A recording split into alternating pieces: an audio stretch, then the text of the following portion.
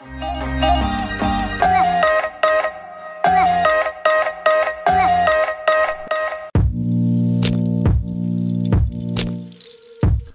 going on, guys? As we all know, at this stage of any new farming simulator game development, every Friday sees the release of a series of fact sheets documenting exactly what we can expect to see in the new version of the game.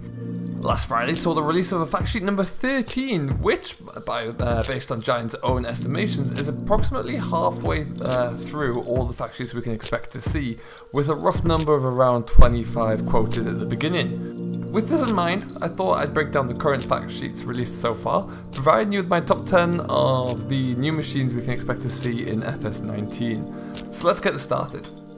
At number 10 is an interesting one. The arrival of Samson to FS19 provides more alternative options for organic matter spreading.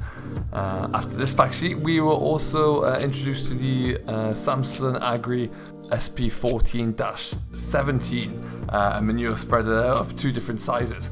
The most interesting aspect of this tanker, however, is the arrival of the power boom on the tanker itself, leading to many questions about the operation of this, such as will this require hose compatibility, for example. At number 19, we all know New Holland have been in the game for a long time. However, the arrival of this W19 TD is particularly interesting to me as it poses a significant question. What is happening and where are we going with the JCB wheeled loader? Are we going to see the end of that? Is it going to come in alongside that? We just don't know.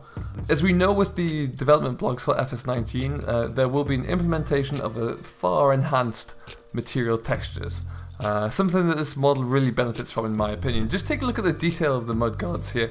The wing mirrors and hydraulic hose across the machine. And if you look particularly closely, I believe you can even see signs of wear and tear across the rear mudguard there. Number 8, as much as it's great to see the continued appearance of the Challenger MT800 series, the bed and the cultivation train here is really interesting for me. Allowing for both the cultivation of land and also the application of fertilizer simultaneously, it is great to see such a trailed system of this magnitude. However, something that is still capable of being pulled down European style lanes, smaller UK based maps, and used across all of those maps in question. Quite often we have the larger American style systems at the moment, and there's just no way that they'll ever be able to be used effectively for us. So that is fantastic to see. It would also appear that the dynamic hoses connect all the way across the three implements here, something that we've never had on any of the versions, something I think is truly missing as well, and adds that belief that they're all connected and working in one. Number 7, we'd heard rumours about it, talked about it, and wondered what may be arriving, but to actually see the JCB Fasttrack 4220 in FS19 is awesome. This is a great looking tractor for me. I really do like this. Another fantastic looking model and a great array of different features and configurations available in store. To re-emphasize an earlier point though, does this mean JCB may be focusing exclusively on tractors in this game? Where are we going to go with that? Are we going to see a different type of loader from them? Who knows? But let me know your comments and thoughts down below. Number 6, skid steers in FS17 have always been challenging to me personally.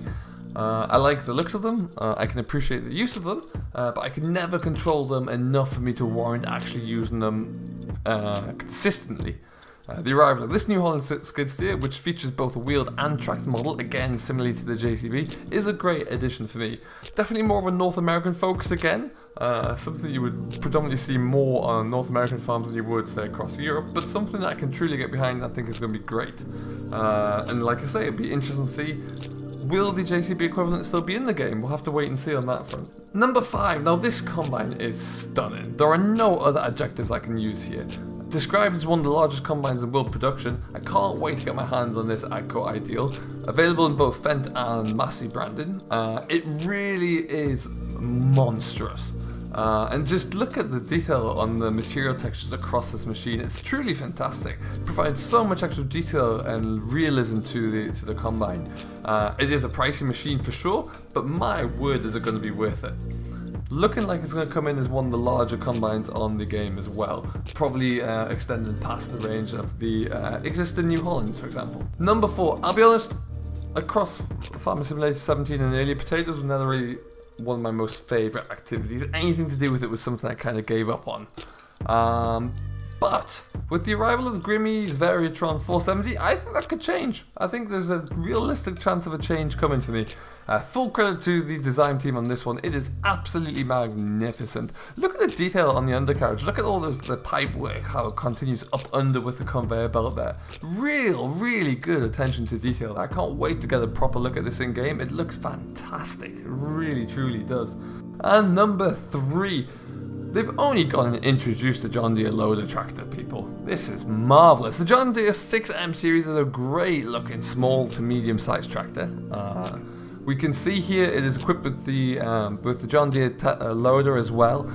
Interestingly, no front loader, no front linkage brackets here at all. It looks like it is going to be intended to be a smaller tractor to use.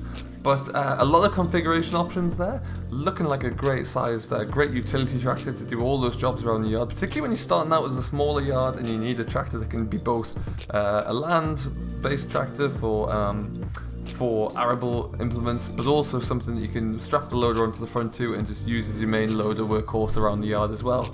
Really looking forward to getting inside this one and seeing how it all operates. Number 2, the cries of joy could be heard all over when the Big M was confirmed. A powerhouse in the mowing world, another fantastic looking model with the ability to swath and spread out any mowed grass. There are a lot of big fans of this, predominantly I would say across Europe and the UK, but for sure a very nice looking machine here. Going to be able to cover a large quantity of grass with this, mow it down very quickly, put it straight into a swath behind you and be ready for pickup as well. It's going to be fantastic to see. I really cannot wait to get into it. And see what we can do with this thing. Coming directly behind that with the Chrome Big X, if that's going to be still in the game, will be really good fun. And number 1, admittedly, I don't know the first thing about cotton harvesting. I don't proclaim to know. But what I do know is that this harvester looks legit. This is fantastic. Giants have implemented everything required for cotton to work successfully in game, from the planting, the establishment, all the way through the harvesting. But check out the trailers in the background there, used for hauling bales around. We know there's a larger trailer as well that'll be used behind an HGV, so we can actually pull multiple monstrous bales or modules, I believe they're called, once we've produced them. Really fantastically detailed piece of equipment. Look at the piston resistance for me has to be the harvester though. Look at the detail. The hydraulic hoses across the header are fantastic, at least I assume they're hoses. The bale chamber and the detail of the underside of the bale chamber, but also of the ramp, how it folds down and the module slides out, really looks great. I, for one, really looking forward to getting in there, using it, seeing how it works properly, and actually getting to grips with cotton. Well, I'm not sure it's really going to look very good in a European map or the UK maps when they start to come out, but I'm going to stick it in there anyway. So there we have it, folks. Halfway through fact sheets, halfway through a fantastic looking machinery lineup for FS19. The biggest question remains, in my opinion, where are all the classic machines? We know we're going to get a favourite 516, that is coming. I'm sure we're going to see some more old looking machines as well. With rumours abound of a Case Magnum spotted in the back of the Ravencroft video, I'm very sure that we're going to see this, and I think it's going to be a fantastic feature to add. However, I still remain hopeful of seeing a John Deere 7810. If we get one of those in there, I will be happy, and that will truly be the icing on the cake for me. We won't need to see anything further. Until next time though, I have been Simulation for the Nation. I hope you have enjoyed. If you have, don't forget to hit the like button and subscribe to me if you've yet to do so, for more FS19 news and opinion pieces as we get closer to the time. Guys, we're less than 4 weeks away now. It really isn't that long. So until next time though, don't forget to hit that subscribe button, drop any comments, thoughts or opinions you may have down below, and I'll see you in the next one.